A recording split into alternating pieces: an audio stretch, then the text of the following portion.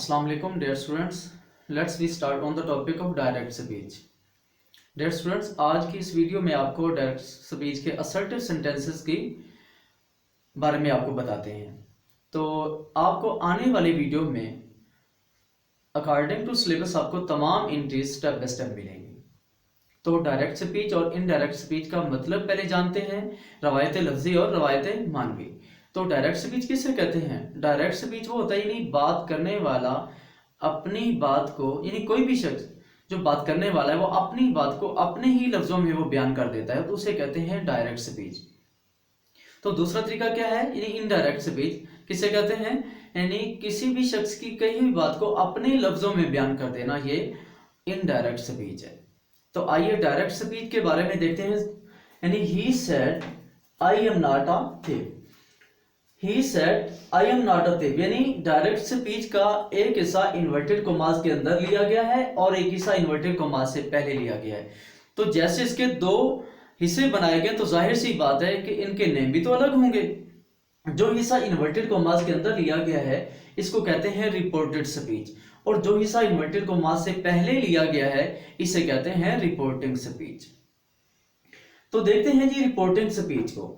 अब reporting speech को हल करने से पहले ये जानना होगा कि इसमें ऑब्जेक्ट है या नहीं है। यानी इसके भी दो तरीके हैं, रिपोर्टिंग स्पीच के भी दो तरीके हैं। एक तरीका ये है सब्जेक्ट और वर्ब, दूसरा तरीका ये होगा कि सब्जेक्ट वर्ब ऑब्जेक्ट।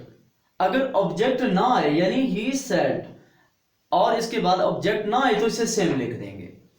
अगर ऑब्जेक्ट आ जाए तो याद रखें फिर आपने सेड को टोल्ड में, सेज को टेल्स में चेंज करना होगा। तो याद रखें सेज को जब टेल्स में चेंज करेंगे और सेड को टोल्ड में चेंज करेंगे तो टोल्ड एंड टेल्स के बाद टू कभी भी नहीं लगाते। अब यहां पे है ही सेड, यानी इसके बाद ऑब्जेक्ट नहीं पाया गया तो हमें इसे सेम लिखना होगा। उसके बाद है इन्वर्टेड कॉमास। इन्वर्टेड कॉमास को खत्म करने के लिए हमेशा के लिए असर्टिव सेंटेंसेस में इन्वर्टेड कॉमास को खत्म करने के लिए दैट लगाते हैं। इसके बाद है जी फर्स्ट पर्सन, यानी I am not a thief. यानी आई फर्स्ट पर्सन किसे कहते हैं? यानी फर्स्ट पर्सन है आई और बी, सेकंड पर्सन यू, और इसके अलावा बाकी तमाम थर्ड पर्सन है। अब फर्स्ट पर्सन जो है इसे कहते हैं कि बात करने वाला, यानी आई और बी फर्स्ट पर्सन है, इसे क्या कहते हैं? यानी बात करने वाला फर्स्ट पर्सन होता है। यू सेकंड पर्सन, यानी जिससे बात हो रही हो वो कौन है? Second person.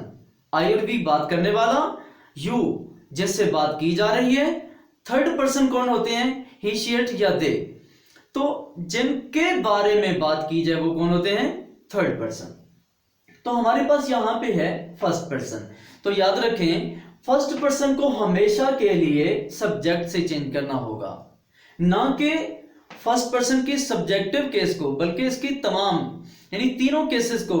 ये आपके पास सब्जेक्टिव है, पॉजेसिव केस होगी, इसकी ऑब्जेक्टिव केस आ जाए तो फर्स्ट पर्सन की सब्जेक्टिव, पॉसेसिव, ऑब्जेक्टिव केस जहां पे भी आ जाए तो याद रखें इसको हमेशा के लिए रिपोर्टिंग स्पीच के सब्जेक्ट से चेंज करना होगा।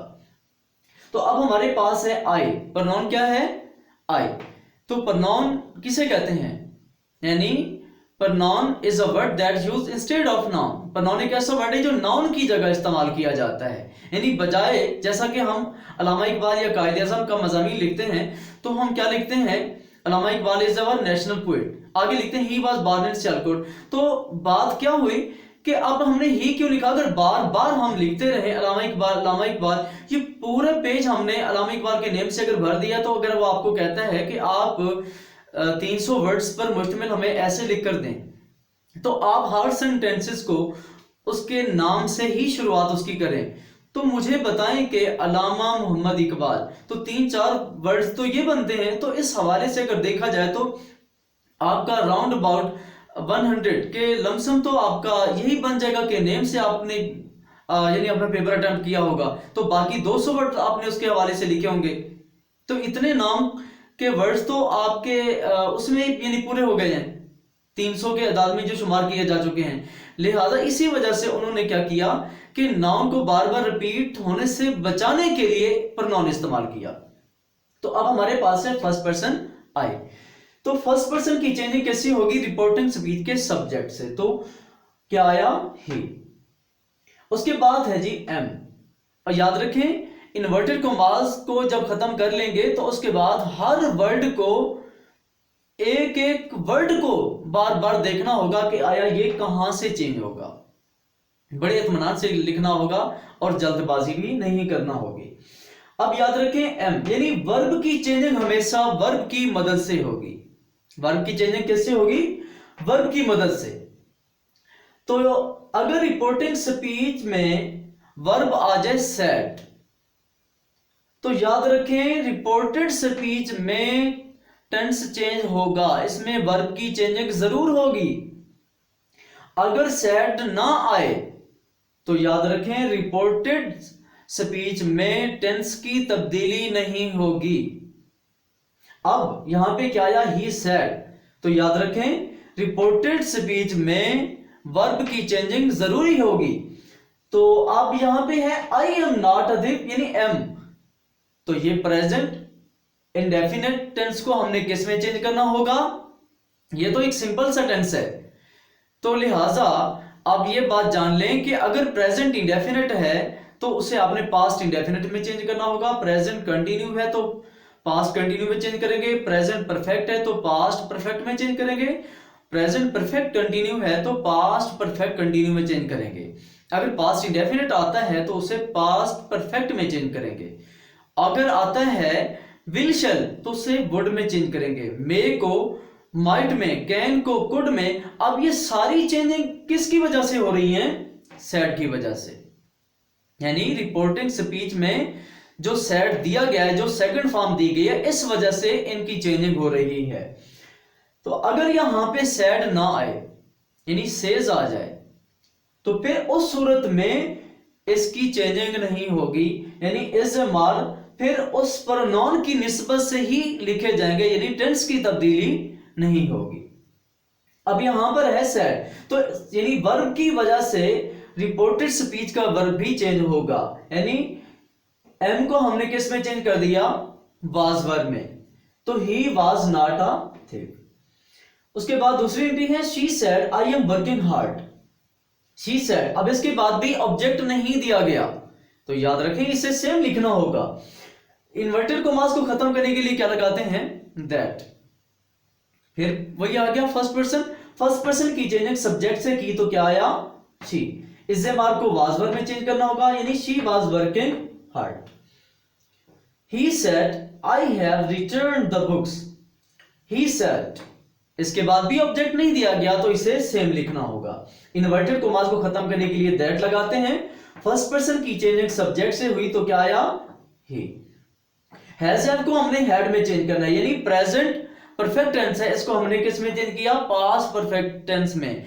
अगर आपको टेंस याद ना भी रहे तो फिर भी आप इतना जान लें कि हैज हैव हैड में ही चेंज होगा, चाहे वो टेंस की निस्बत से हो, चाहे वो हैज हैव मलकियती हालत शो करने के लिए इस्तेमाल हो रहा हो।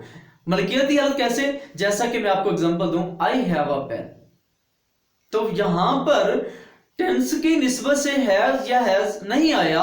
अब यहां पे हैव किसकी निस्बत से आ रहा है? चीज की मलकियती हालत को शो करने के लिए। लिहाजा अब इसमें क्या आ रहा है? टेंस की निस्बत से। तो I have return the books, have को हमने किस में चेंज किया? हैड में। Return the books. उसके बाद है she said the patient died in the hospital. She said, अब इसके बाद भी ऑब्जेक्ट नहीं दिया गया तो इसे हमने सेम लिखना होगा। इन्वर्टेड कॉमास को खत्म करने के लिए क्या लगाते हैं? दैट। अब उसके बाद इन्वर्टेड कॉमास के अंदर है जी द पेशेंट। अब यहां पे कोई भी प्रोनाउन इस्तेमाल नहीं किया गया तो उसका मतलब यह होगा हमने इसे सेम ही लिखना होगा। द पेशेंट अब डाइड, यानी सेकंड फॉर्म दी गई है। अब यहां पे ये जानना होगा जब सेकंड फॉर्म दी गई हो, यानी पास्ट इंडेफिनेट हो, तो आपको पहले बताया गया है, तो आपने सेकंड फॉर्म को देखकर यानी हैड लगाना है और वर्ब की सेकंड फॉर्म को थर्ड फॉर्म बना देना है। तो क्या मालूम हुआ कि इट मींस के पास्ट इंडेफिनेट को हमने किस में चेंज किया? पास्ट परफेक्ट टेंस में। तो लिहाजा हमने क्या किया? द पेशेंट डाइड, अब डाइड यानी सेकंड फॉर्म को हमने थर्ड फॉर्म बना दिया। The patient had died in the hospital. उसके बाद है जी she said she will go there. She said. अब इसके बाद भी ऑब्जेक्ट नहीं दिया गया तो इसे सेम लिखना होगा। इन्वर्टेड कॉमास को खत्म करने के लिए दैट लगाते हैं शी।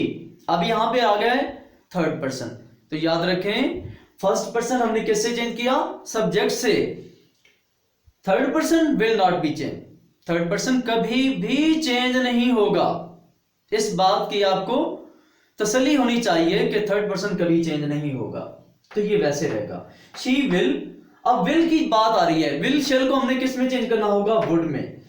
गो देयर, तो ये सेम रहेगा। देयर क्यों सेम रहेगा? इसकी वजह ये है क्योंकि ये आपके पार्टिकुलर वर्ड्स हैं, तो पार्टिकुलर वर्ड्स जहां पे भी आ जाएं तो ये चेंज होकर रहेंगे। जैसा कि दिस, दिस जहां पे आ जाए, स्टार्ट में है एंड में है, जहां पे आ जाए तो ये चेंज होकर रहेगा। जैसा कि दिस इज माई बुक, तो दैट वाज माई बुक, तो माई आपका फिर सब्जेक्ट से चेंज होगा, तो ही है तो फिर हिज बन जाएगा, यानी दैट वाज हिज बुक, तो फिर यू एंट्री बन जाएगी। तो आपको ये जानना होगा, अगर यहां पे दिस है तो दैट में चेंज होगा, दीज को दोज में, हेयर को देयर में, नाउ को देन में, टुमारो को द फॉलोइंग डे या द नेक्स्ट डे में, यस्टरडे को the previous day, the last day. यह उसके बाद है जी टुडे, टुडे को फिर हमने किस में चेंज करना होगा? दैट डे में। तो अब गो देयर, यानी देयर तो ऑलरेडी चेंज शुदा है, यानी हेयर को देयर चेंज किया गया है। तो जब वर्ड चेंज हो चुका हो पार्टिकुलर वर्ड्स, तो याद रखें इसको फिर बैक नहीं ले जाना होगा। तो अगर लेकर जाए तो फिर किस सूरत में हम लेकर जा सकते हैं? यानी कि अगर देयर को हमने हेयर में चेंज करना हो तो फिर आपका गो भी तो चेंज होगा। तो उस वजह से, क्योंकि कम हेयर होता है, कम देयर नहीं होता। अगर कम हेयर होता फिर हेयर को यहां देयर में चेंज करते, फिर कम भी आपका चेंज होकर गो में चला जाता। तो ये ऑलरेडी चेंज शुदा है, तो इस वजह से हमने इसको वापस नहीं ले जाना। अगर आपने हेयर को देयर को हेयर में चेंज कर दिया, गो को वैसा रहने दिया, तो फिर एंट्री गलत हो जाएगी। लिहाजा ये ऑलरेडी चेंज शुदा है, तो आपको वैसा ही लिखना होगा, यानी शी वुड गो देयर।